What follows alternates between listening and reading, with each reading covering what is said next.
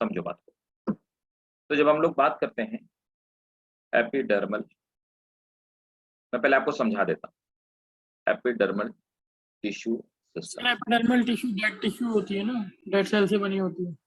नहीं बेटा, वो हमारी आपकी बॉडी में डेड से बनी होती है ना, सब जगह डेड से नहीं बनी होती। देखो जब हम प्लांट की बात करते हैं ना, तो प्लांट में एपिडर्मल टिश्यूज जो होते हैं वो होती तो एक तरह से नॉर्मल ये पैरेन्काइमस सेल ही है, लेकिन उनमें थोड़ा सा वो स्पेसिफिक सेल्स होती है, उनके ऊपर क्यूटिकल की वो होती है, लेयर होती है। ठीक है, सिर्फ बार्क वाला जो पार्ट होता है ना, अगर हम लोग बोले प्लांट की जो बार्क होती है ना, तो बार्क वाला पार्ट सिर्फ डेड होता है, लेकिन नॉर्मल जो एपिडर्मल टिश्यूज होते हैं वो डेड नहीं होते हैं। ठीक है, अब देखो एपिडर्मल टिश्यू सिस्टम में कौन कौन आएगा। तो सबसे पहले देखो, जब हम लोग लीफ की बात करते हैं ना, तो लीव्स में आपने देखा होगा कि लीफ एपिडर्मिस है ना, तो सबसे पहले आती है एपिडर्मिस, और एपिडर्मिस में ही आपने देखा होगा यहाँ पे आते हैं कौन, स्टोमेटा आते हैं ना, स्टोमेटा। तो स्टोमेटा एक्सटर्नली पाए जाते हैं, तो इनको एपिडर्मल पार्ट बोलते हैं। तो देखो जैसे आप लीफ देखोगे, तो ये मान लेते हैं कोई लीफ है, अब इस लीफ का हम लोग लेटरल सेक्शन देखें, अगर एलएस देखें,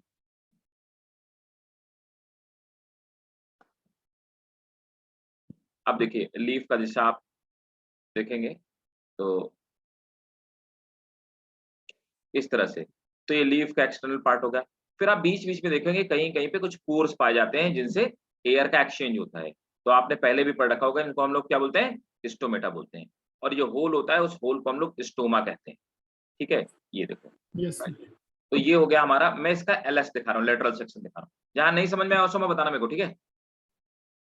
तो ये देखो, इसके ऊपर क्या होता है ना, आप देखो पत्तियों की जो ऊपर वाली सरफेस होती है चिकनी चिकनी होती है, रीजन क्या होता है कि इसमें एक वैक्सी लेयर बनी होती है, ये वैक्स की लेयर है, ये वाला पार्ट सर डाउन लेयर। सारी जो लीव्स होती है वो हाइड्रोफोबिक होती है ना। हाँ मैक्सिमम, मतलब मैक्सिमम लीफ मान के चलो। ठीक है, तो मैक्सिमम लीफ जो होती है वो सब वाटर रेजिस्टेंट होती है। ठीक है, तो ये जो लेयर होती है इसको हम लोग बोलते हैं क्यूटिकल। तो एक्चुअली क्यूटिकल की जो लेयर होती है ये एक्चुअली वैक्स की लेयर होती है, ये कोई लिविंग चीज नहीं है, ये वैक्स लेयर है ना? तो ये वैक्स की लेयर होती है। इसके बाद जो अंदर वाला पार्ट है, ये वाला पार्ट, ये नॉर्मली एपिडर्मल। एपिडर्मल सेल क्या होती हैं कि नॉर्मली ये पैरेन्काइमस सेल जैसी ही होती हैं, और इनमें सिर्फ ऊपर इनका लेयर जो हार्ड हो जाता है, और ये वाला जो पार्ट हो गया, इस पार्ट को हम लोग बोलते हैं स्टोमेटा। तो ये दो चीजें हम लोग पढ़ने वाले हैं पहले। दूसरी चीज क्या होती है, आपने देखा होगा कुछ स्टेम जो स्मॉल प्लांट होते हैं, हर्ब्स वगैरह होते हैं, उन स्टेम के ऊपर सरफेस में आप देखेंगे, जैसे अगर आपने कभी सनफ्लावर देखा हो, तो उसके ऊपर कुछ हेयर लाइक स्ट्रक्चर पाए जाते हैं। ये हेयर लाइक जो स्ट्रक्चर पाए जाते हैं, इन हेयर लाइक स्ट्रक्चर को ट्राइकोम्स कहा जाता है, ट्राइकोम्स। तो दूसरा ट्राइकोम हो गया। एक्चुअली ट्राइकोम जो होते हैं ये सिर्फ स्टेम में पाए जाने वाले हेयर होते हैं, इनको हम स्टेम हेयर्स कह सकते हैं। तो ये सिर्फ स्टेम में पाए जाते हैं, ये रूट पे नहीं पाए जाते, और स्टेम का कैरेक्टरिस्टिक है। तो आप देखेंगे ये स्टेम हो गया, और स्टेम के ऊपर इस तरह से हेयर लाइक स्ट्रक्चर पाए जाते हैं, इनको हम ट्राइकोम्स कहते हैं। तीसरे नंबर पर आ जाते हैं, अब अगर हम रूट वाले पार्ट की बात करें, तो रूट हेयर। तो रूट हेयर भी जो है ये एपिडर्मल टिश्यू सिस्टम का पार्ट है, ठीक है ना। तो ये इतने सारे पार्ट हो गए, अब हम लोग एक एक करके स्टार्ट करते हैं, है ना। तो सबसे पहले आप नोट करो पहले, फिर मैं एक एक करके आपको नोट कराता जाता हूँ और आपको डायग्राम भी दिखाता जाता हूँ।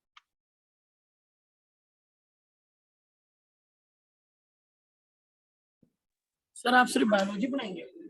हाँ हाँ जी बेटा। मतलब सिर्फ बॉटनी पढ़ाएंगे? नहीं नहीं, जोलॉजी बॉटनी में दोनों पढ़ाऊंगा आपको, मैं पूरी बायोलॉजी पढ़ाऊंगा इनफैक्ट, ठीक है। अभी जोलॉजी का स्टार्ट नहीं हुई ना? जोलॉजी बॉट, अच्छा कहाँ से स्टार्ट किया आपने? सर हमने तो चैप्टर 3rd 4th से स्टार्ट किया, शुरुआत की बायोलॉजी में। अच्छा स्टार्टिंग से स्टार्ट किया था, नहीं किया या मिस किया था स्टार्टिंग वाले? मतलब क्लासिफिकेशन पढ़ा, क्लासिफिकेशन नहीं पढ़ा आपने मेरे साथ? नहीं सर प्लांट से शुरू किया था, प्लांट से नहीं। अच्छा प्लांट से, ओके। तो देखना उसके पहले के वीडियो ले लेना बैकअप, है ना, और कोई डाउट हो मेरे से पूछ लेना, ठीक है। देख लेना वीडियो होंगे निष्कर्ष जी के पास में। मैं आपको जोलॉजी बॉटनी, इनफैक्ट आप कहाँ से हो, किस जगह से हो सुमा, मतलब किस पार्ट से हो आप, कहाँ के रहने वाले हो? Sir Shaheen Bagh.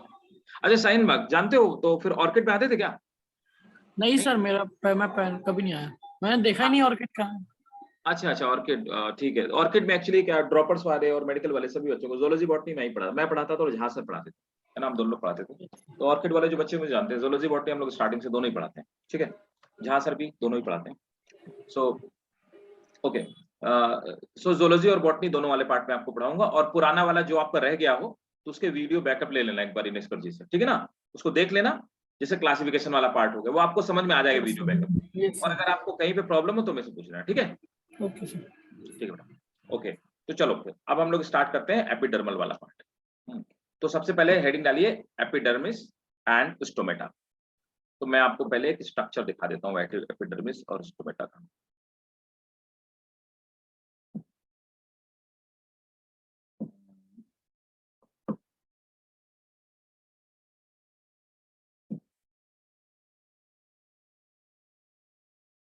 Plant anatomy.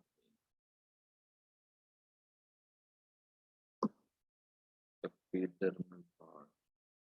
Yes.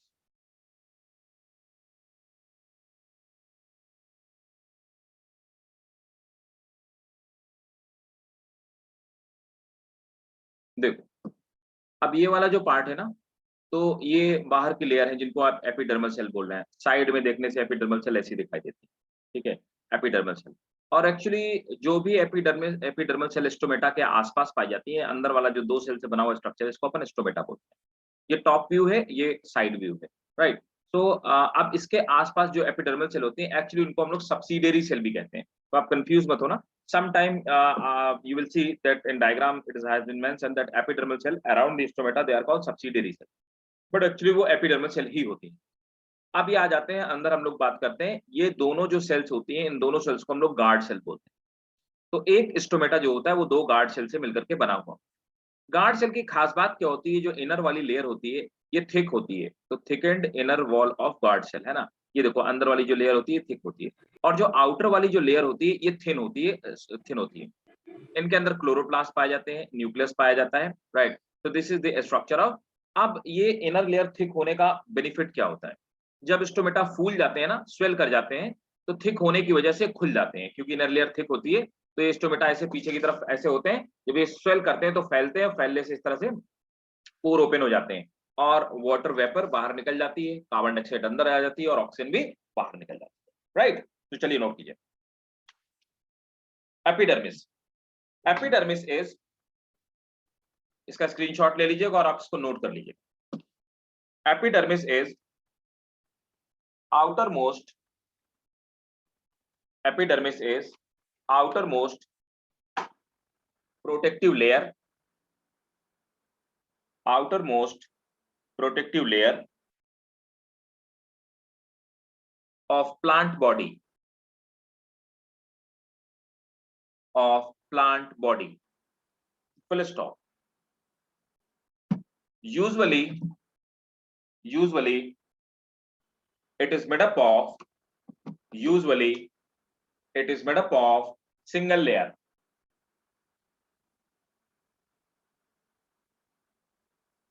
usually it is made up of single layer, full stop. Next point. Sir एक लीफ में कितने स्टोमेटा होते होंगे? हाँ जी बेटा, एक लीफ में कितने स्टोमेटा होते होंगे? एक लीफ में तो बहुत बहुत मुश्किल है। आप ये समझिए कि पर मिलीमीटर में अप्रोक्सीमेटली 1 मिलियन स्टोमेटा होते हैं पर मिलियन। हर साल? एक मिलीमीटर में आप समझ सकते हैं, तो मतलब मिलियंस ऑफ स्टोमेटा यस एक leaf, full stop. the cells are compactly arranged, cells are compactly arranged and do not have, cells are compactly arranged and do not have intercellular spaces.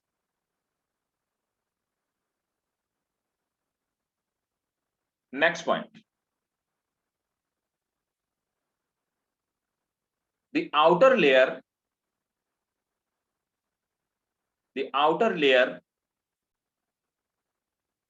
of epidermis, outer layer of epidermis is cutinized. Outer layer of epidermis is cutinized. Full stop. It is made up of a waxy substance. It is made up of a waxy substance which is not permeable,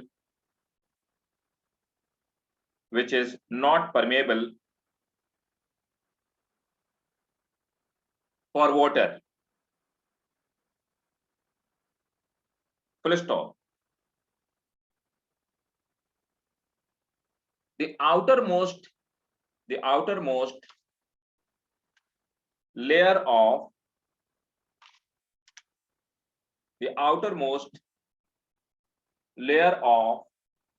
plant which is made up of cutin. The outermost layer of plant which is made up of cutin is known as cuticle.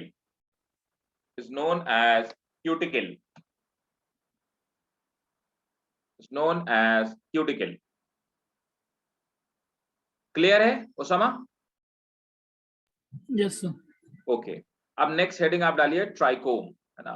तो मैं try करता हूँ आपको trichome में दिखाने का। Trichome और root hair में थोड़ा डिफरेंस होता है। ट्राइकोम मल्टी शेलर होते हैं और स्टेम में पाए जाते हैं, और रूट हेयर यूनिशेलर होते हैं और ये रूट में पाए जाते हैं। ठीक है, let me check it, do I have this diagram trichome and, एक सेकंड आपको ट्राइकोम और रूट हेयर का डायग्राम दिखाता हूँ। ट्राइकोम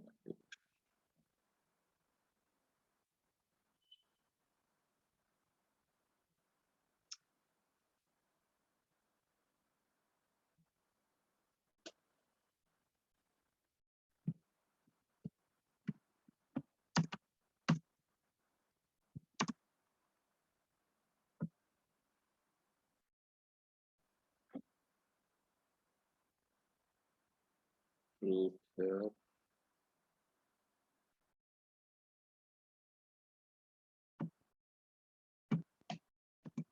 एक्चुअली ये डिफरेंस जो है ना, ये नीट के लिए भी आपको इम्पोर्टेंट है और इसमें तो पूछा ही जाता है आपके।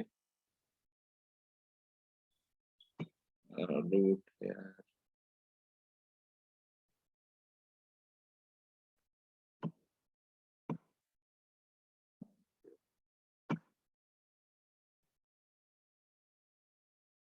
चलो मैं ड्रॉ करके बता देता हूँ। ऐसा कोई डायग्राम है नहीं मेरे पास, तो मैं आपको ड्रॉ करके बता देता हूँ। आप भी वैसे ही ड्रॉ कर लेना उसी के साथ, ठीक है। तो मैं ड्रॉ करता हूँ। देखो, जब हम ट्राइकोम की बात करते हैं तो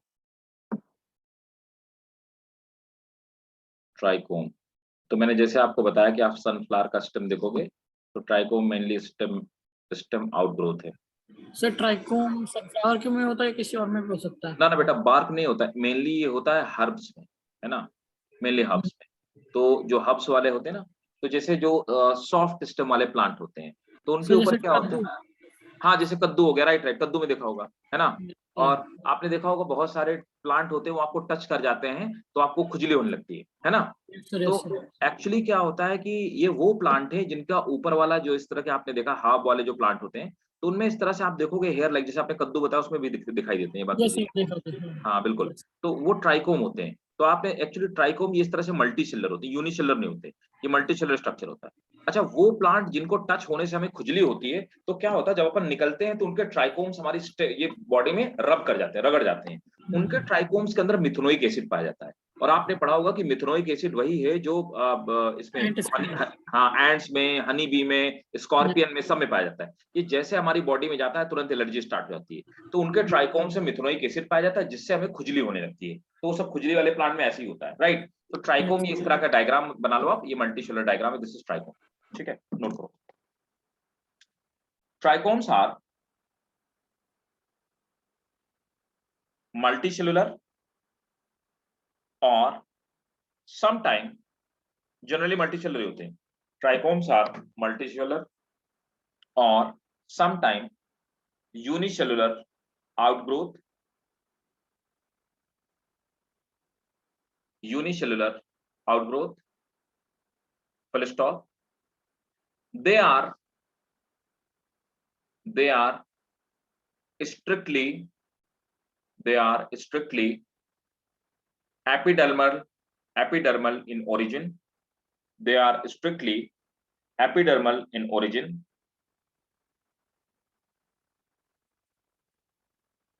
Full stop. They are hair-like structure. They are hair-like structure and protective in. They are hair-like structure and protective in nature. अब थर्ड वन है रूट हेयर. रूट हेयर कभी मल्टी सेलुलर नहीं होते, ये भी एपिडर्मल ओरिजिन के होते हैं. तो जैसे रूट हो गई, तो रूट के बाहर की तरफ रूट हेयर पाए जाते हैं. इनका मेन पर्पस होता है कि ये सरफेस एरिया को इंक्रीज करते हैं और एब्जॉर्प्शन करने का काम करते हैं. और होते हैं ना. हाँ जी बेटा, ये भी सब मल्टी सेलुलर होते हैं. नहीं, ये कभी मल्टी सेलुलर नहीं हो सकते, ये हमेशा यूनिसेलुलर होते हैं. ट्राइकोम और इसमें यही डिफरेंस है. हाँ, ये हमेशा यूनिसेलुलर होंगे. ट्राइकोम नॉर्मली मल्टीसेलुलर होते हैं बट यूनिसेलुलर भी हो सकते हैं. ये क्वेश्चन एक्चुअली नीट पे पूछा हुआ क्वेश्चन. तो ट्राइकोम याद रखना, मल्टीसेलुलर हो सकते हैं, होते ही हैं, और some time they can be unicellular. But root hair कभी मल्टीसेलुलर नहीं होते, ये यूनिसेलुलर होते हैं. और एक ट्यूबुलर आउटग्रोथ होती है, यहाँ पे न्यूक्लियस इनकी बेस में पाई जाती है. तो ये हमारा रूट हेयर होगा. ठीक है, नोट करो. अच्छा, ये रूट हेयर, एक बात और तुम्हें बता देता हूँ. तो यहाँ पर क्या हुआ, जहां पे ट्राइकोम निकलते हैं, तो ये स्टेम की जो अपर वाली पार्ट हो गई, हमने अभी थोड़ी देर पहले बात की कि हम लीफ में और स्टेम में से एपिडर्मिस बोलते हैं, है ना. इसे हम बोलते हैं क्या, एपिडर्मल लेयर. ठीक है, या एपिडर्मिस इसी को आप बोलते हैं, एपिडर्मिस आप बोलते हैं. ठीक है, लेकिन जब हम लोग बात करते हैं इसकी रूट की बात करते हैं, तो यहाँ पर है ये भी एपिडर्मिस, लेकिन इसके लिए जो हम टर्म यूज करते हैं एपिडर्मिस नहीं यूज करते हैं, इसे कहते हैं एपिब्लेमा. क्या बोलते हैं, एपिब्लेमा. तो आपको कंफ्यूज नहीं होना, है ना. टर्म यहाँ पे एपिब्लेमा यूज करेंगे, है ये एपिडर्मल सेल ही है, बाकी कोई डिफरेंस नहीं. सिर्फ एक फर्क है, क्या, यहाँ पर जो एपिडर्मिस लेयर है, इसमें क्या होती है, ये क्या पाई जाती है, क्यूटिनाइज्ड होती है. मतलब यहाँ पे क्यूटिन पाई जाएगी, है ना. लेकिन यहाँ पे क्या होगा, नो क्यूटिकल, याद रखना. तो इसमें क्यूटिकल नहीं पाई जाती, बस इसीलिए इसको हम एपिब्लेमा बोलते हैं, उसको एपिडर्मिस बोलते हैं. नोट कर लो डायग्राम, फिर मैं आपको लिखवा देता हूं.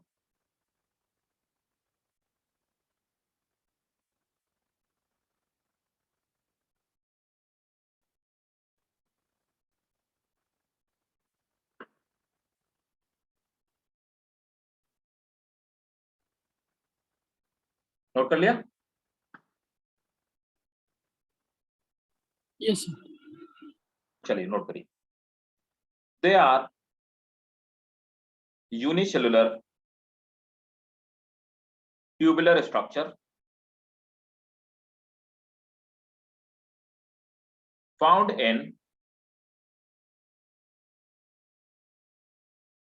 found in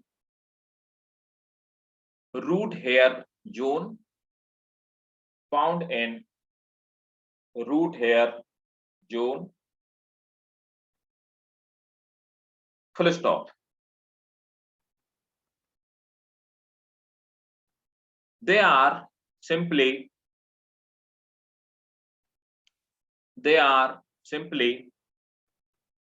outgrowth of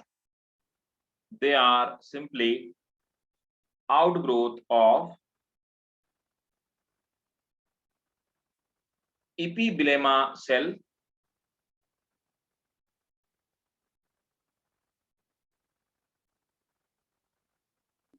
sir epiblema. हाँ, epiblema ये लिखा ना. Yes sir. Outgrowth of epiblema cell, full stop. They are strictly epidermal in origin. They are strictly epidermal in origin.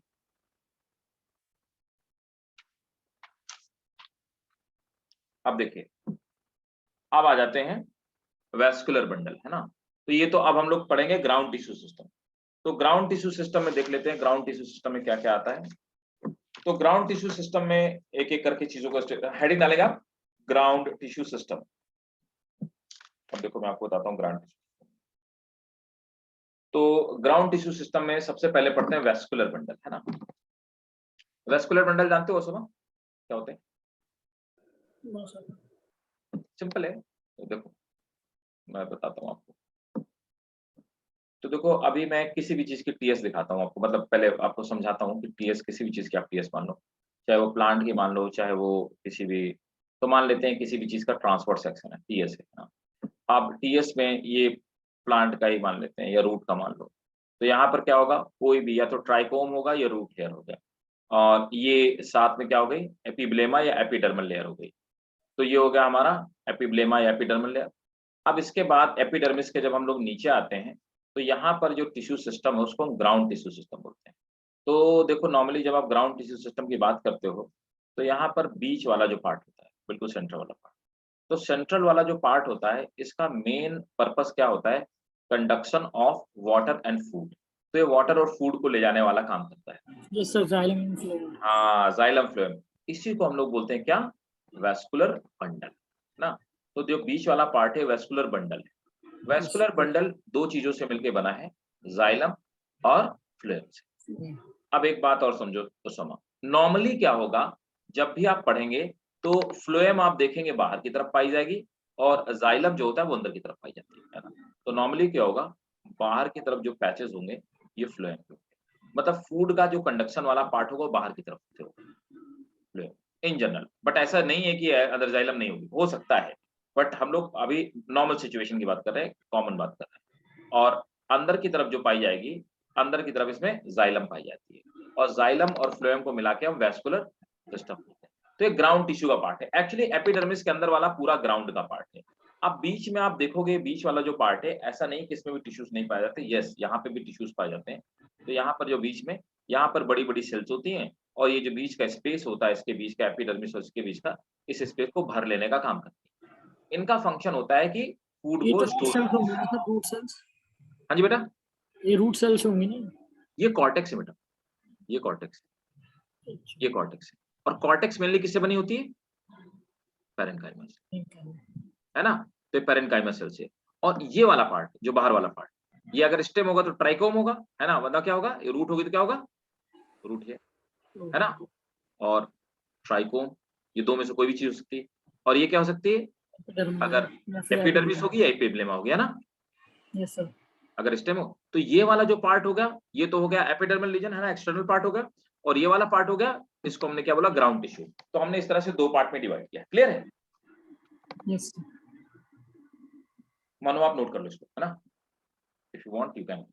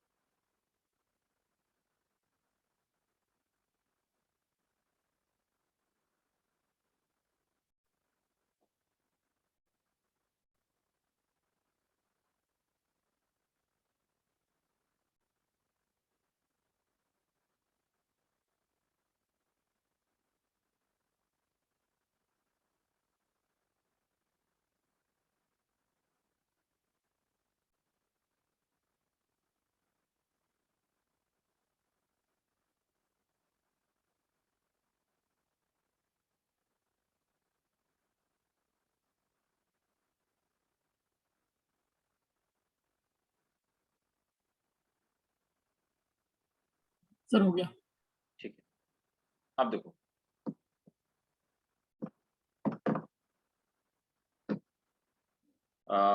अब देखो मैं आपको टाइप्स ऑफ वैस्कुलर बंडल, ये मेरी बात को बहुत ध्यान से समझना।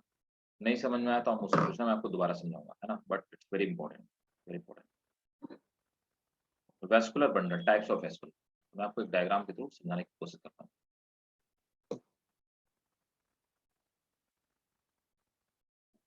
वैस्कुलर बंडल,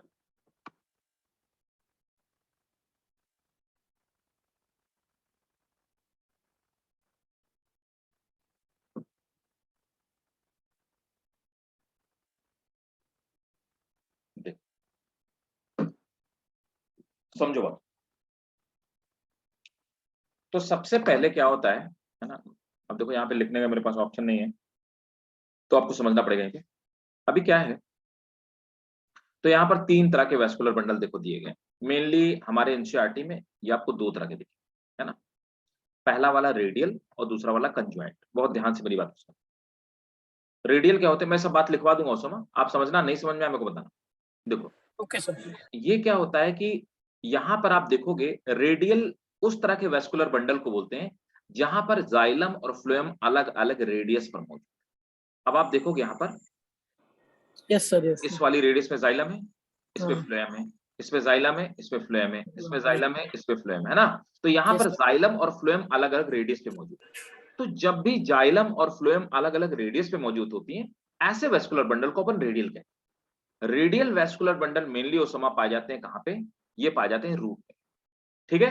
तो रेडियल टाइप के इस तरह का अरेंजमेंट कहाँ पाया जाएगा, मेनली रूट में पाया जाएगा। Root clear? में। यस। ठीक है। अब आते हैं कंज्वाइंट पे। अब देखो कंज्वाइंट क्या होता है, ओसोमा जब जाइलम और फ्लोएम एक ही रेडियस में मौजूद है, देखो दोनों साथ मौजूद है ना यहाँ पे। Yes sir. तो जब जाइलम और फ्लोएम एक ही रेडियस में मौजूद हो तो उनको हम कंज्वाइंट बोलते हैं, ठीक है। क्लियर है? Yes sir. कंज्वाइंट, है ना। तो ये सेम रेडियस पे यहाँ पे मौजूद है। अब देखो, अब यहां पर क्या है, कंज्वाइंट को हमने 2 पार्ट में डिवाइड किया, एक कोलेटरल और एक बाइकोलेटरल। कोलेटरल में क्या होता है, ये फ्लोएम आपको आउटसाइड और जाइलम अंदर की तरफ, ठीक है। फ्लोएम आउटसाइड, कोलेटरल मतलब साथ साथ है दोनों, ठीक है, एक ही रेडियस में भी है और साथ साथ है। दूसरे आप देख पा रहे हो बाइकोलेटरल, ये आपके एनसीईआरटी में नहीं है, यहां पे समझिए बाइकोलेटरल।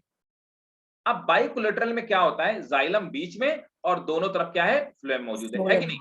Yes sir.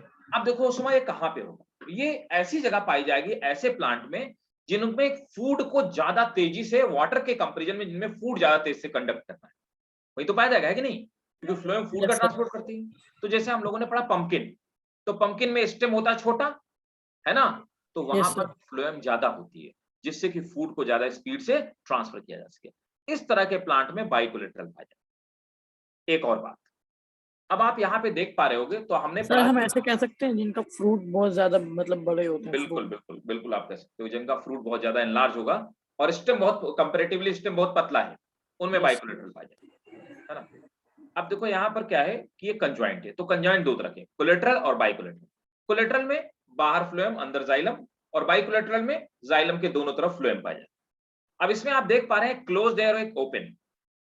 अब देखो क्या है, क्लोज का मतलब होता है इनमें ग्रोथ नहीं हो सकती। किसके लिए क्लोज्ड है, ग्रोथ के लिए क्लोज्ड है, ऐसे याद रखना, ठीक है ना। इसके लिए क्लोज्ड है, ग्रोथ के लिए, मतलब कि जिनमें वैस्कुलर बंडल क्लोज पाए जाएंगे उनमें ग्रोथ नहीं होगी, मतलब कभी भी उनका स्टेम मोटा नहीं हो सकता है। क्लियर है? यस बताओ स्टेम किसका मोटा नहीं हो सकता है? सर, जिनकी ग्रोथ नहीं हो सकती क्लोज होते ठीक, हैं जो। देखो कभी ये राइस का स्टेम मोटा हो सकता है क्या? नहीं सर। नहीं हो सकता ना। राइस नहीं का सर। हो गया, सुगर केन का हो गया, मेज यस। का हो गया, क्यों? तो ये सब क्या है, मोनोकॉट। तो मोनोकॉट में कभी भी उनकी स्टेम की मोटाई नहीं बढ़, कभी भी इतना मोटा गन्ना नहीं हो सकता, सुगर केन नहीं हो सकता, यस सर। क्योंकि कभी भी उसके स्टेम में ग्रोथ नहीं हो सकती। मैंगो में ग्रोथ होती है, बहुत मोटा हो सकता है, बहुत ज्यादा मोटा हो सकता है, बाकी बहुत सारे प्लांट में होती है।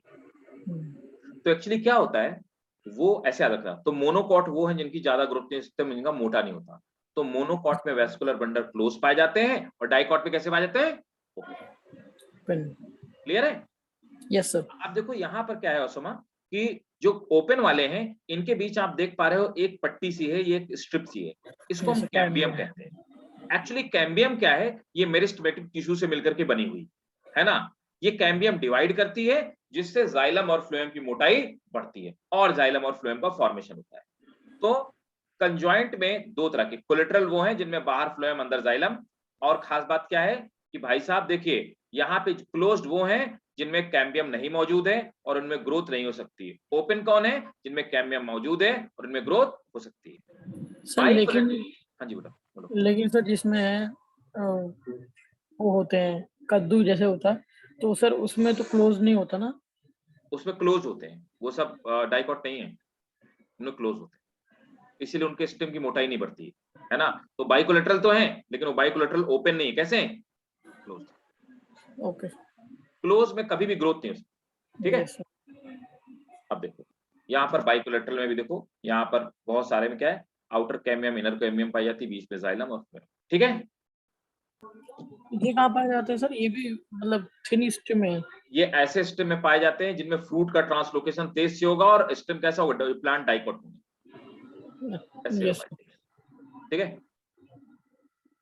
अब आ जाते हैं ऊपर वाले, ये आपके एनसीईआरटी में तो बाइकोलेटरल भी नहीं है और ऊपर वाले भी नहीं है, ये भी नहीं, ये वाले।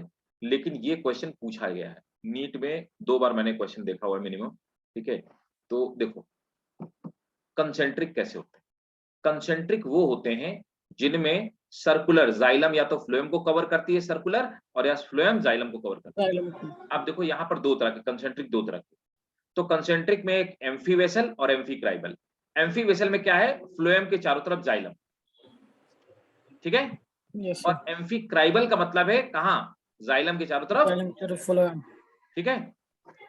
यस। आप इसका सर ये स्क्रीनशॉट ले कहाँ लो। पाए जाते हैं? हाँ जी बेटा, ये amphi vessel amphi scribble, yes sir.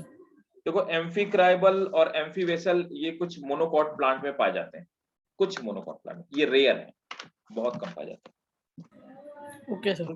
हैं। तो ये मैं आपको बात लिखवा देता हूँ, जैसे जो एम्फी क्राइबल होता है ना, ये प्रूनस में पाया जाता है लेकिन बहुत रेयर एग्जांपल है। और एम्फी वेसल जो है ये यक्का में पाया जाता है, यक्का प्लांट, यक्का, मदार का प्लांट जानते हो, मदार का, उसको यक्का बोलते हैं एक्चुअली, उसमें पाया जाता है। तो मतलब they are layer actually, rare है, बस इतना याद रखना। एम्फी क्राइबल क्या होता है, एम्फी वेसल क्या होता है, ठीक है, राइट। Yes sir. ठीक, आप इसको ड्रॉ जरूर कर लेना और इसको जरूर से नोट कर लेना, आपको ये क्लियर डायग्राम बहुत कम जगह मिलेगा, है ना। और मैं आपको लिखवा देता हूँ, ओके सर। इसमें बहुत कंफ्यूजन होता है ना, नोट करो। तो सबसे पहले डालिए, है ना, radial vascular bundle. First A type heading है radial vascular bundle. Here xylem and phloem, xylem and phloem occur in separate bundle. Here xylem and phloem occur in separate bundle. Full stop. Both are found in different radii.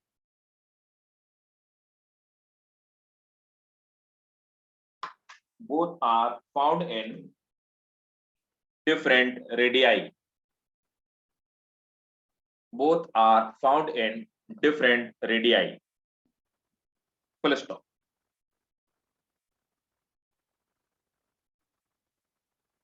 Radial vascular bundle, इसको underline कर लेना।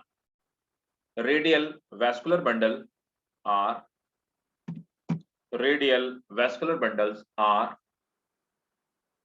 the characteristic of radial vascular bundles are the characteristic of root. Next point, B heading डालिए, conjoint.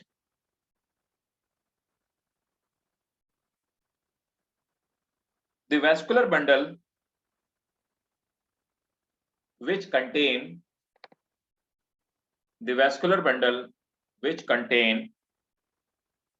both phloem and xylem. The vascular bundle which contain both phloem and xylem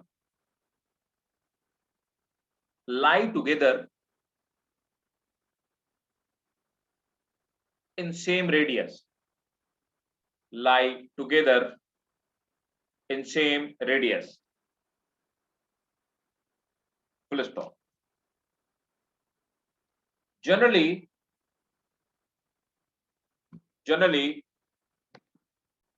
phloem is found outside. Generally phloem is found outside and xylem, generally phloem is found outside and xylem inner side, full stop. Sir ये तो concentric वाला हो गया। हाँ नहीं ये देखो यहाँ पे तो अलग, यहाँ पे तो क्या है ना कि एक ने दूसरे को सर्कल कर रखा है।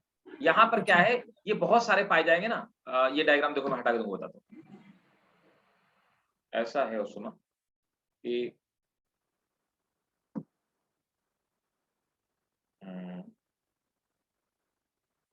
ये हो गया एक स्टेम, है ना। अब इस स्टेम के अंदर मैंने आपसे कहा कि कोलेटरल वैस्कुलर बंडल पाए जाते हैं, ठीक है। तो कोलेटरल वैस्कुलर बंडल इस तरह से मौजूद है। ये कोलेटरल वैस्कुलर बंडल मौजूद है ना, ये कोलेटरल वैस्कुलर बंडल मौजूद, ये इस तरह, है ना। ये कोलेटरल वैस्कुलर बंडल इस तरह से मौजूद है, ठीक। अब देखो यहाँ पर क्या होगा, तो इसमें जाइलम और फ्लोएम एक ही रेडियस में है ना। तो यहाँ पर आप देखो, ये तो रेडियल वैस्कुलर, हाँ तो ये रेडियल नहीं है, हाँ एक ही रेडियस पे। वो रेडियल वाले में तो जाइलम और फ्लोएम अलग अलग पाए जाते हैं। अच्छा ये सर यस है ना। अब इसमें क्या है कि देखो वैस्कुलर बंडल तो मौजूद है, जाइलम और फ्लोएम सेम रेडियस में है। अब यहाँ पर हम ये कह रहे हैं कि जो बाहर वाला है ये हमेशा क्या होगा, फ्लोएम, और अंदर वाला क्या होगा, ठीक है। तो फ्लोएम कहाँ पाया जाएगा, आउटर रेडियस में, और जाइलम कहाँ पाया जाएगा, इनर रेडियल। क्लियर है, यस सर। ठीक है। तो नोट करो, generally phloem is found on outer side and xylem towards inner side. Plus two. Next, इसी में आप लिख लो, आप डायग्राम, इसी में आप लिख लो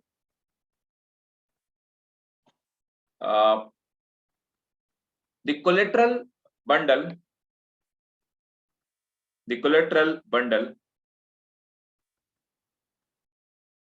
which, सर लेकिन जो आपने लिखवाया है स्टेटमेंट, वो कंडीशन सर फिगर में तो नहीं है। देखो ना, ये देखो फ्लोएम आउटसाइड और जाइलम इनर साइड। अच्छा सर यही वाला है, ओके। ये तो है ना, है कि नहीं। हाँ ये तो हमने एक एक बंडल उठा लिया है, लेकिन ऐसे बहुत सारे बंडल पाए जाते हैं ना। हाँ यस सर ओके सर। तो नोट करेंगे,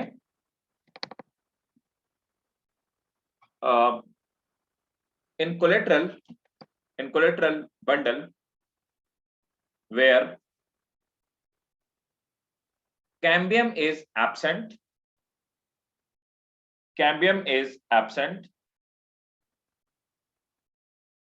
are called closed one. Full stop. They cannot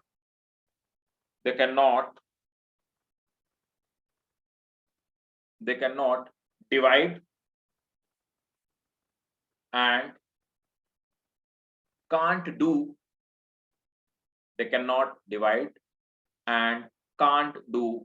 secondary growth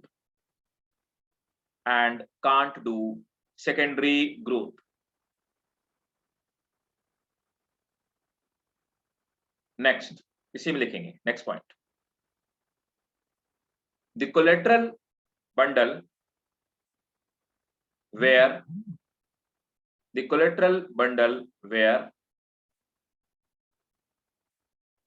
cambium strip is present, the collateral bundle where cambium strip is present between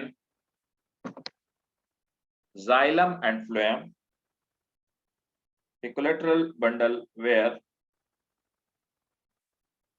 cambium strip is present between xylem and phloem are called open,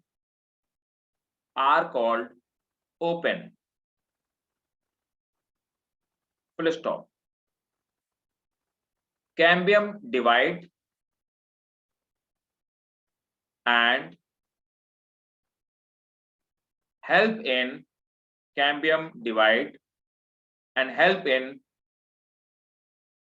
secondary growth.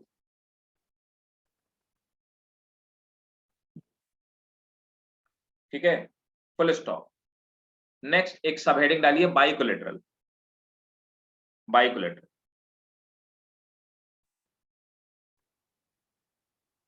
In bicollateral bundle, phloem is found in bicollateral bundles. Phloem is found at the both side of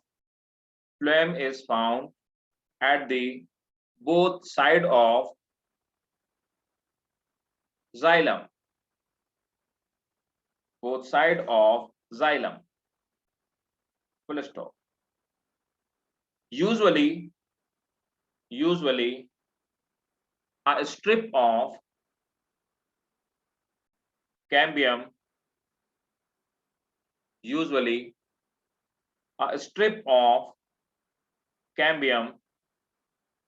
is found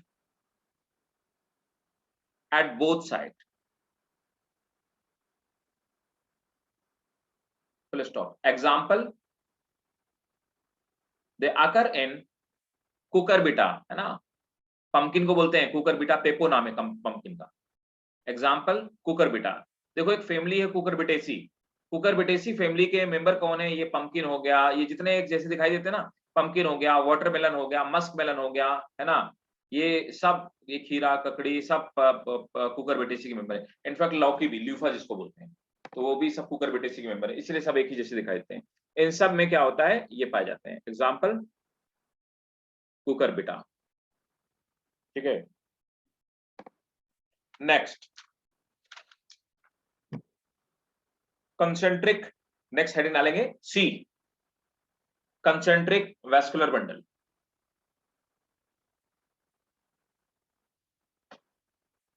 in concentric vascular bundle,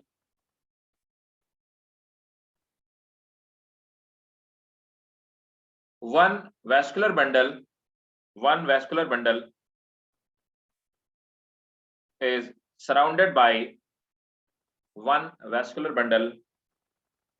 surrounded by another one. One vascular bundle surrounded by another one. Full stop.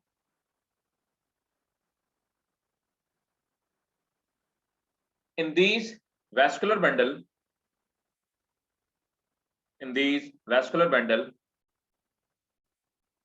cambium remains absent. In these vascular bundle, cambium remains absent. Full stop. They may be of two types.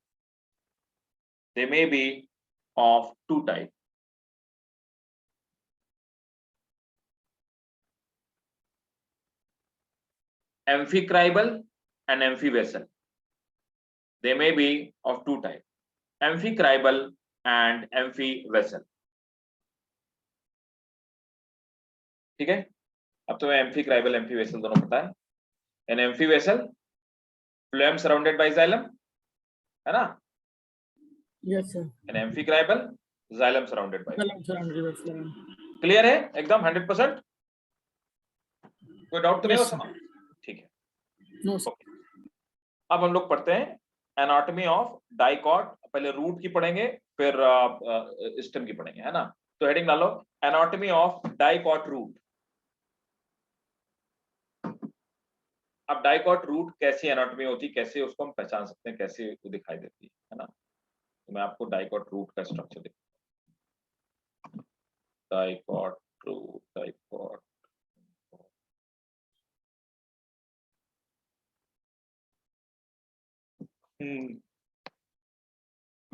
ये रही dicot.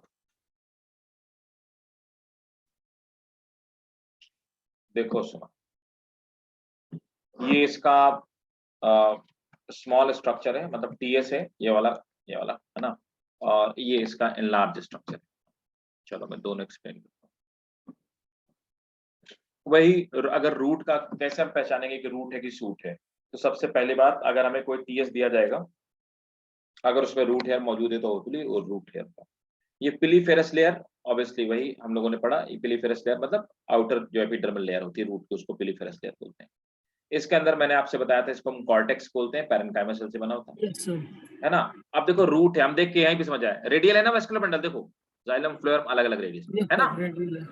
हाँ तो देखो यहाँ पर ये इधर वाला ये फ्लोएम हो गए और अलग अलग रेडियस होंगे, तो रेडियस ऑफ फ्लोएम। अब यहाँ पर आप देखेंगे कि ये दिखा रहा है मेटाजाइलम।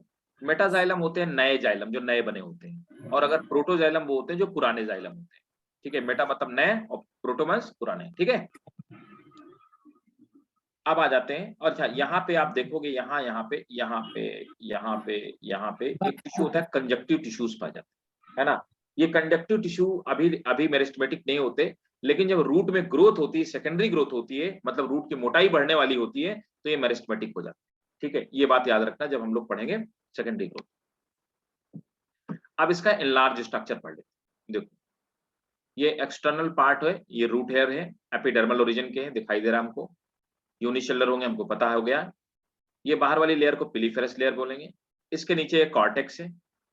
अब यहाँ पे कॉर्टेक्स की सबसे आखिरी जो लेयर है, इसको हम एंडोडर्मिस बोलते हैं। बहुत ध्यान से समझना बेटा, ये समझने वाली बात है, इसको हम एंडोडर्मिस बोलते हैं। एंडोडर्मिस जो होती है ये वाटर के लिए इम्परमेबल होती है, तो वाटर रूट हेयर से एंटर करता है, पिलीफेरस लेयर को क्रॉस करता है, कॉर्टेक्स को क्रॉस करता है, लेकिन पहुंच जाता है एंडोडर्मिस।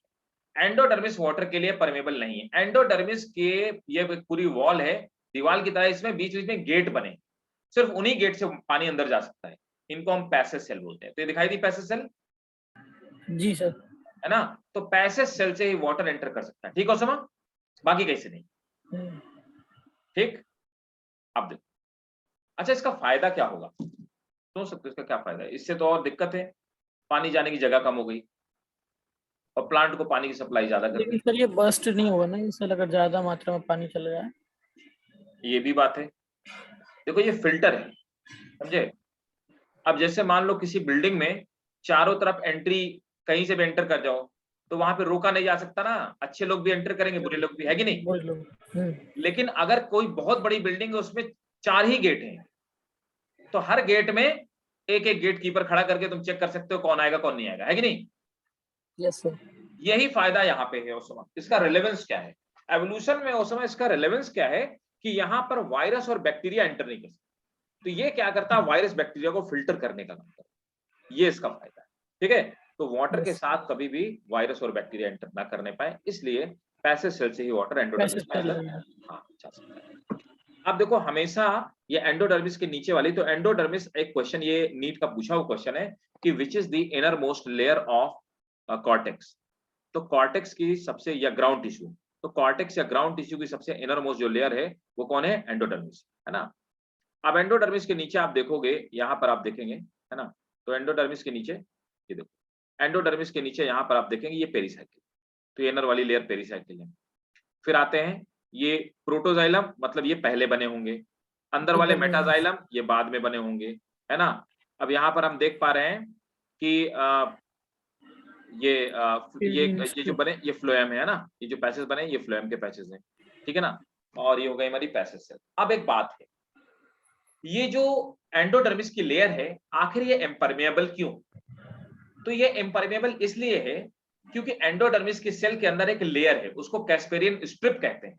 कैस्पेरियन स्ट्रिप वाटर के लिए इम्परमेबल होती है, तो है तो नॉर्मल सेल, इन सेल्स के अंदर कैस्पेरियन स्ट्रिप लगी हुई है, कैस्पेरियन स्ट्रिप डेवलप हो गई है, जिसकी वजह से यहां से वाटर इंटर नहीं कर सकता और एंडोडर्मिस इम्परमेबल है। लेकिन पैसेज सेल जहां जहां पाई जाती हैं, पैसेज सेल के अंदर कैस्पेरियन स्ट्रिप नहीं होती है, इसलिए वाटर पैसेज सेल से एंटर कर सकता है।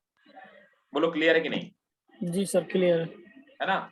आप इसका स्क्रीनशॉट ले लीजिए, आपको एक बहुत इतना क्लियर डायग्राम आपको नहीं मिलेगा, तो आप देखेंगे बुक्स में अच्छा नहीं दिया तो आपसे पूछा जाए तो अब यही बना के आना, ठीक है? इसका स्क्रीनशॉट ले लो।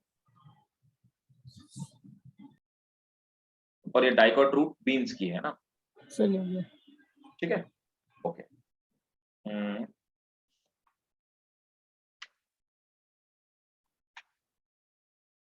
अब इसमें कुछ नोट कर लिया जाए, है ना? तो आप हेडिंग डाल लो, डायग्राम तो आप बाद में बना ही लोगे, नोट करो।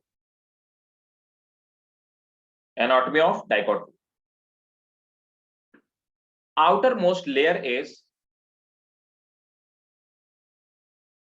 epidermis. Outermost layer is epidermis, which is also known as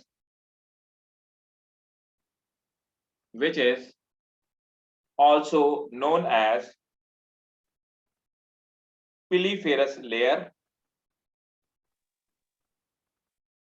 which is also known as piliferous layer, and it bear सब सब्सिडरी भी से कहते हैं ना? the सब्सिडरी भी outermost, से कहते हैं ना? क्या बेटा? सर सब्सिडरी भी से ही कहते हैं ना? हाँ,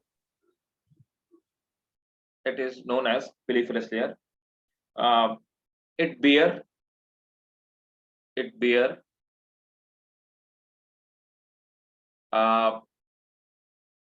bear root hair. Next point. The ground tissue are called cortex. The ground tissue are called cortex. They are made up of parenchyma. They are made up of parenchyma.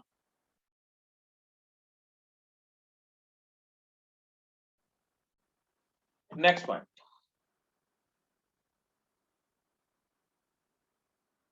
Innermost layer of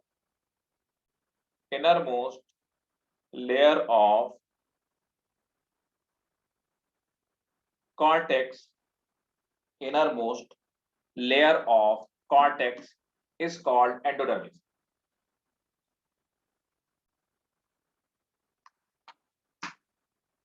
Innermost layer of cortex is called endodermis.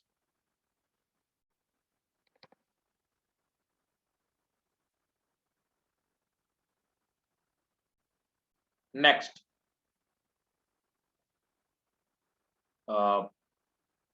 endodermis is made up of barrel-shaped shell,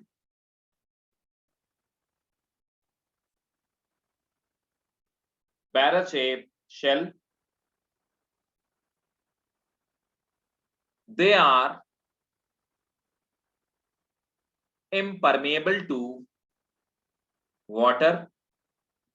They are impermeable to water as they bear Casparian strip. They are impermeable to water as they bear Casparian strip. Next, आप इसको underline करके लिखना, ठीक है ना? Casparian strip is made up of, underline करना, ये NEET का क्वेश्चन है. Casparian strip is made up of a waxy substance. Casparian strip is made up of a waxy substance called suberin.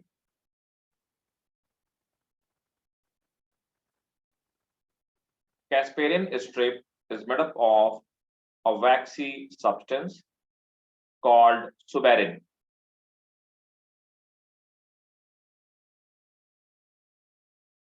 Next,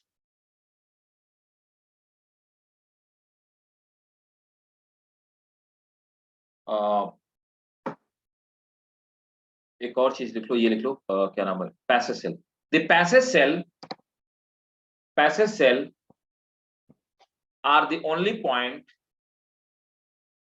passage cell are the only point where Casparian strip is absent. Passage cell are the only point where Casparian strip is absent and water can enter.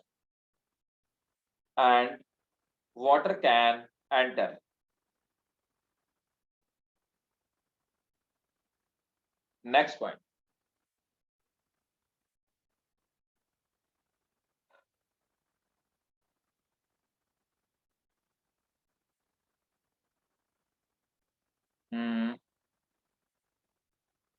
Xylem and phloem are present in xylem and phloem are present in different radii. Radial. Xylem and phloem are present in different radii.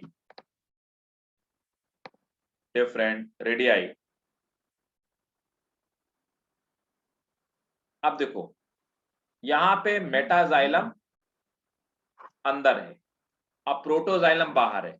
हमने पढ़ा था इस तरह के system को क्या बोलते हैं, एक्सार्क. याद आया ओसमा? Yes sir.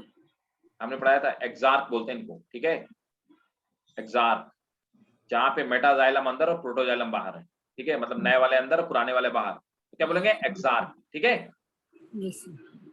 मैंने पढ़ाया था, आप देखना, मैंने नोट कराया है. जब मैं जाइलम और फ्लोएम पढ़ा रहा था तब मैंने नोट कराया.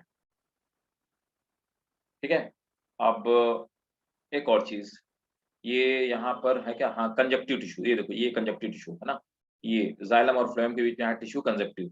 ये बाद में मेरिस्टेमेटिक हो जाएंगे, ये वाले दिख रहा है ना, ये कंजक्टिव. ये क्या करेंगे, बाद में मेरिस्टेमेटिक हो जाएंगे और ये यहाँ पे डिवाइड करना शुरू कर देंगे, जिससे रूट की ग्रोथ बढ़ेगी, रूट की ऐसे विड्थ बढ़ेगी, चौड़ाई बढ़ेगी, है ना. तो नोट करिए, the conjunctive tissues are present between xylem and phloem, full stop. During the secondary growth, they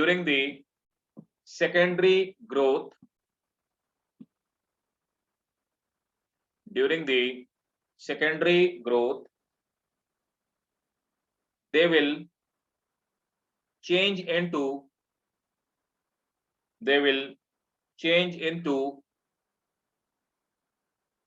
cambium ring. Next, आप एक नोट करके एक पॉइंट लिखो, ये बहुत इंपॉर्टेंट है, मेडिकल के लिए क्वेश्चन है, नीट के लिए है. नोट करो. Note, all tissues which are present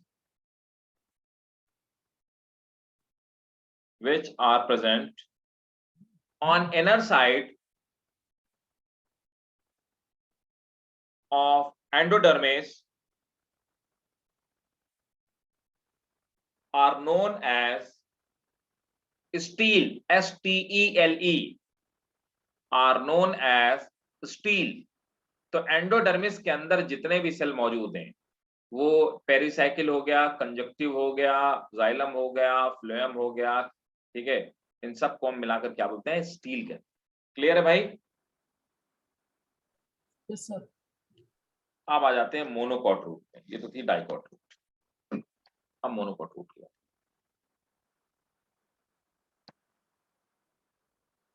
monocot root,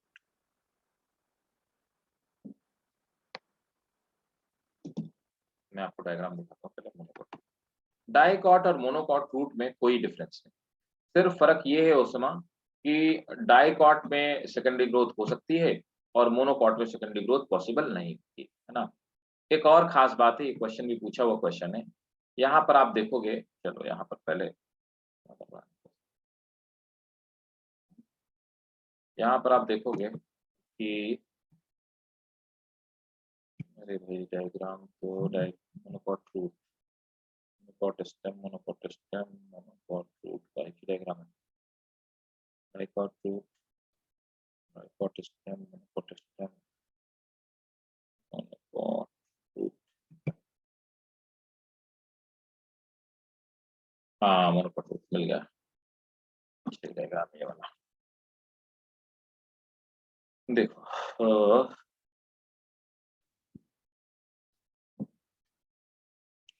देखो ये मोनोकॉट रूट का मेज का है ना। अब देखो वहां पे यहाँ पे एक बेसिक डिफरेंस है, बाकी कोई डिफरेंस नहीं। सिर्फ आप देखोगे यहाँ पर कि यहाँ पर नंबर ऑफ वेस्कुलर बंडल ज्यादा है और वहां पे नंबर ऑफ वेस्कुलर बंडल कम है, सिर्फ यही है। यहाँ पे अप्रोक्सीमेटली 6 to 9 वेस्कुलर बंडल पाए जाते हैं। ये क्वेश्चन में नीट में पूछा हुआ क्वेश्चन है। देखो as usual root hair, piliferous layer, cortex हो गया, एंडोडर्मिस हो गया और अंदर पिथ पाई जाती है। हाँ एक और चीज, पिथ, यहाँ पे पिथ कौन होती है, पिथ पैरेन्काइमा से बना हुआ पार्ट होता है। यहाँ पे पिथ वेल डेवलप्ड होती है, वहां पे लेस डेवलप्ड होती है, ये भी एक डिफरेंस है ना। देखो रूट हेयर यहाँ पे भी है, पिलीफेरस यहाँ पे है, कॉर्टेक्स यहाँ पे भी है, पैसेज सेल यहाँ पे भी है, कैस्पेरल स्ट्रिप यहाँ पे भी है, एंडोडर्मिस यहाँ पे मौजूद है। यहाँ पे लेकिन ये रेडियल नहीं होती ना। हाँ जी बेटा, रेडियल ही तो है, देखो ना, रूट हमेशा रेडियल होगी, देखो हाँ phloem yes xylem, phloem xylem, है ना, है कि नहीं। Yes sir. तो यहाँ पर भी रेडियल ही होगी, हमेशा रूट में रेडियल ही पाया जाएगा। देखो एंडोडर्मिस यहाँ मौजूद है, वहां भी थी, है ना, पेरिसाइकिल यहाँ पे भी, वहां पे भी थी, पैसेज सेल यहाँ पे भी, वहां पे भी थी, फ्लोएम और जाइलम देखो अलग अलग मौजूद है ना। ये अगेन प्रोटोजाइलम बाहर की तरफ और, है ना, मेटाजाइलम अंदर की तरफ, है ना। तो यहाँ पर भी कंडीशन वही एक्सार्क होगी, तो प्रोटो बाहर है तो एक्सार्क होगी, ठीक है ना, और ये मेटाजाइलम अंदर की तरफ, तो यहाँ पे भी जाइलम की कंडीशन कैसी है, एक्सार्क है। बस यहाँ पे पिथ मौजूद है और नंबर ऑफ वेस्कुलर बंडल ज्यादा है। That is the only basic difference between the monocot and dicot root, ठीक है। इनमें सेकेंडरी ग्रोथ नहीं हो सकती है और वहां पे सेकेंडरी ग्रोथ हो सकती है, क्योंकि आप देख पा रहे हैं यहाँ पे आपको कहीं पे भी कंजक्टिव टिश्यू दिख रहा है, नहीं दिख रहा ना। No sir. हाँ, तो यहाँ पे वो कैस्पेरियन स्ट्रिप नहीं बनेगी, मतलब ये क्लोज टाइप के हैं, यहाँ सेकेंडरी ग्रोथ कभी नहीं हो सकती, बाकी कोई भी डिफरेंस, ठीक है। Yes sir. स्क्रीनशॉट लीजिए आप इसका, मैं लिखवा देता हूँ और हेडिंग डालेंगे टीएस ऑफ मोनोकॉट या anatomy of monocot root.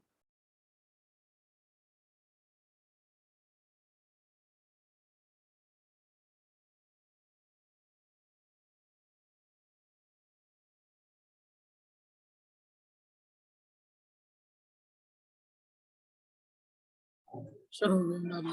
Note कर लिया, ठीक है, चलो अब नोट करना स्टार्ट करो। The anatomy of monocot root and dicot root is similar. Anatomy of monocot root and dicot root is similar. Full stop. The only difference is that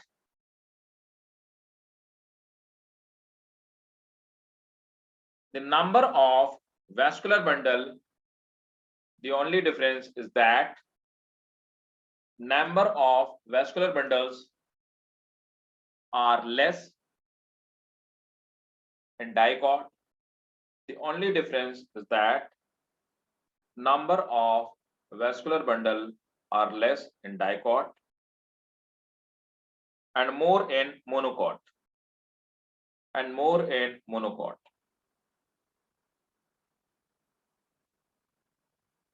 Next, in dicot, pith is found. In dicot, pith is found.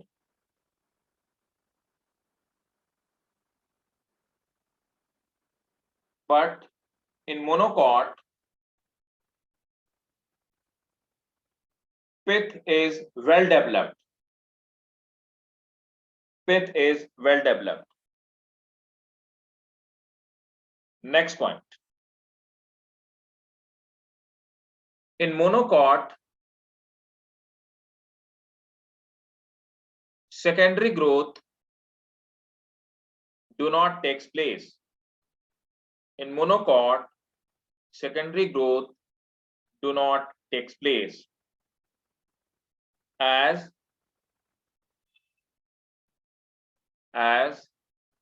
they do not contain any cambium. ठीक है भाई, Usama yes sir. Clear है? Yes sir. अब देखो, इसके बाद हम लोग पढ़ेंगे एनाटॉमी, पढ़ेंगे डाइकॉट स्टेम की और फिर डाइकॉट रूट की हम लोग पढ़ेंगे, है ना? सॉरी, डाइकॉट स्टेम की, फिर मोनोकॉट स्टेम, है ना? तो एनाटॉमी ऑफ स्टेम आप हेडिंग डाल लीजिए।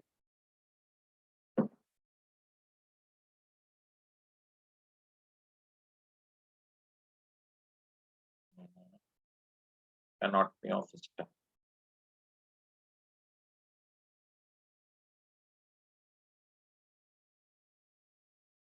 Dicot stem. देख, समझा देता हूं मैं आपको, नोट नेक्स्ट क्लास में करा दूंगा, कि आज तो नहीं हो पाएगा। देखो यहाँ पर क्या है उसामा, कि अब देखो यहाँ पर एपिडर्मल हेयर पाए जाते हैं, वहां पर क्या पाए? रूट हेयर, है ना? तो एपिडर्मल हेयर हमको पता है ये ट्राइकोम ही है और ये मल्टीसेलुलर, है ना? इसलिए देखो मोटे मोटे हैं, लेंथ कम है लेकिन थिकनेस ज्यादा है। फिर एपिडर्मल सेल। अब स्टेम की एक खास बात, ये हाइपोडर्मिस, एपिडर्मिस के जस्ट नीचे हाइपोडर्मिस पाई जाती है, और ये हाइपोडर्मिस की लेयर कभी भी रूट पे नहीं पाई जाती, पहली चीज। तो पहला एपिडर्मल हेयर हम देख कर टीएस बता सकते हैं रूट की है स्टेम की है, ठीक है जी सर। और ये एपिडर्मल हेयर मौजूद है ना?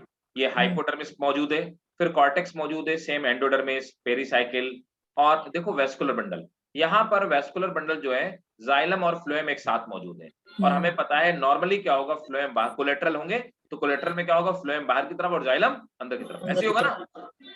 और बीच में देखो वेल डेवलप्ड टीथ है।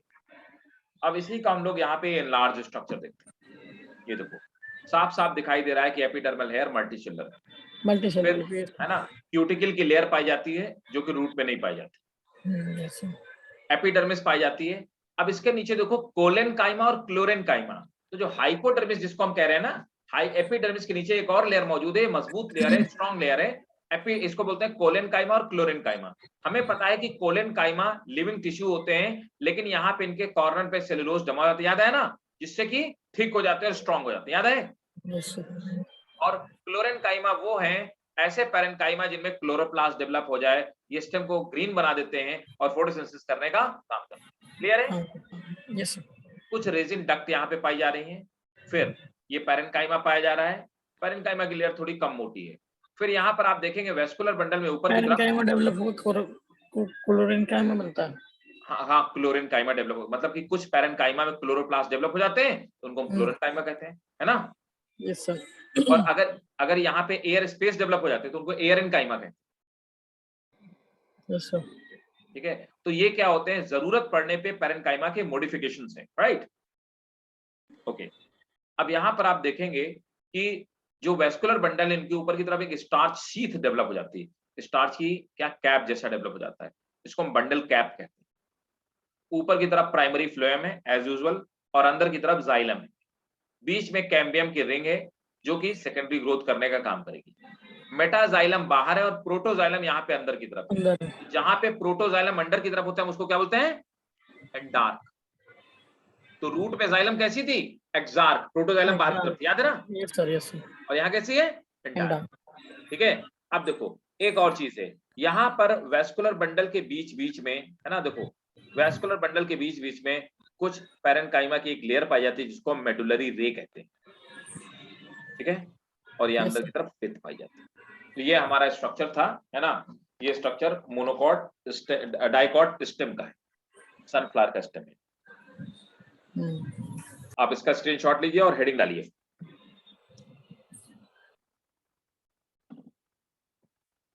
चलो नोट करना स्टार्ट करते हैं, जो रह जाएगा वो नेक्स्ट क्लास में लिखेंगे, है ना। नोट करो। The outer most layer is epidermis. The outermost layer is epidermis, which is covered with outermost layer is epidermis, which is covered with a thin layer of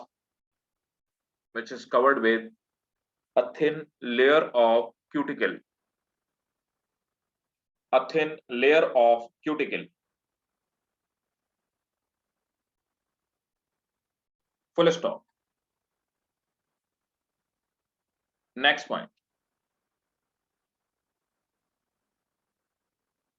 The epidermis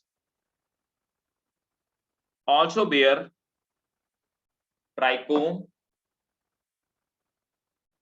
and few stomata. यहां पे भी थोड़े बड़े stomata पाए जाएंगे। Epidermal layer bear trichome and a few stomata. Next point. After the epidermis, a thick layer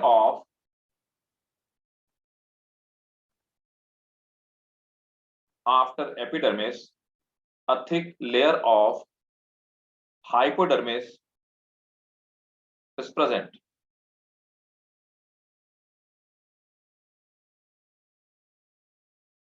which is made up of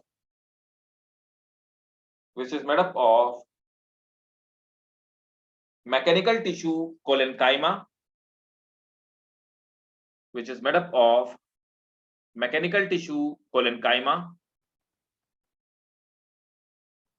full stop. Sometime chlorenchyma are also found.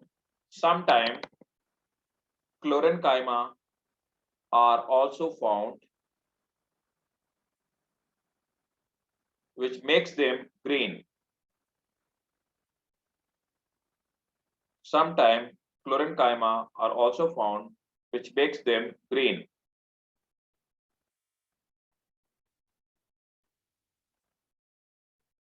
ठीक है भाई? Yes sir. Next.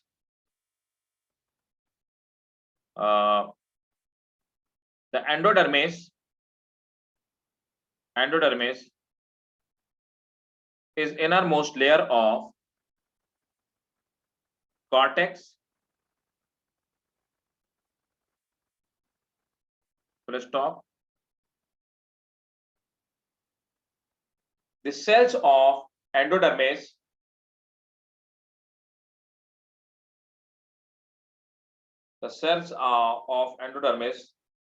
are rich with starch grain. The cells of endodermis are rich with starch grain and called starch sheath.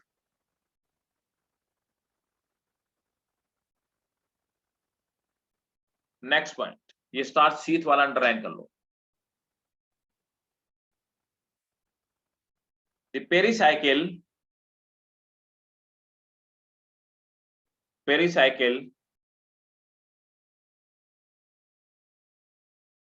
is made up of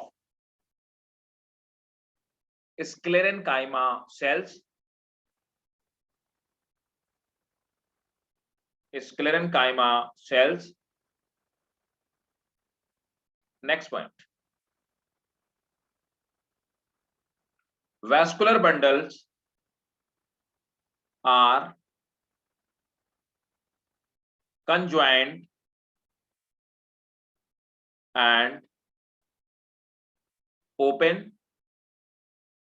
Vascular bundle are conjoined and open. Next one, the stem contain well developed pith. Stem contain well developed pith. ठीक है, next class में Osama heading डाल लो, आप मुझे याद दिलाओगे कि next class में हम लोग पढ़ेंगे TS of monocot stem. Clear है? Okay sir. ठीक बेटा, नेक्स्ट क्लास में मिलते हैं, है ना? वो रिवाइज कर लेना, कोई दिक्कत हो, ठीक है? ओके सर, आप ऑफलाइन क्लास भी लेते हैं? नहीं यार, ऑफलाइन तो देखो अभी भी पता नहीं कब तक चलेगा, कब तक नहीं चलेगा, है ना? तो ऑफलाइन तो हम लोग ऑफलाइन ही लेते थे, वहीं पे ऑर्किड में अपनी ऑफलाइन ही होती थी जब से कोविड आ गया, उसके पहले से तो ऑफलाइन ही हम लोग लेते थे। और जब से ये कोविड आ गया तब से इतनी सारी वेरिएशंस आ गए कि तब से ऑनलाइन ही चल रहा है। अब लेट्स सी कब तक मतलब ऑफलाइन तो वहाँ पे स्टार्ट हो भी चुका है, लेकिन देखते हैं, कोई पक्का नहीं कि कंटिन्यू रहेगा नहीं रहेगा, गवर्नमेंट के ऊपर डिपेंड करता है। बहुत सारी कॉम्प्लेक्सिटी, स्कूल्स का भी तुम्हें पता होगा, देख रहे होगे ना, सब जगह पूरे वर्ल्ड में कोविड फैल रहा है फिर से, है ना? तो पता नहीं दोबारा फैला तो सबसे पहले इम्पैक्ट स्कूल्स पे ही पड़ता है, एजुकेशन सिस्टम पे पड़ता है ना? तो nobody is clear about that कि वो कब तक चलता है, कब तक नहीं चलता है, ठीक है? ओके सर, ठीक है सर, मिलते हैं नेक्स्ट क्लास में ना। Okay sir, thank you sir, welcome बेटा, बाय बाय।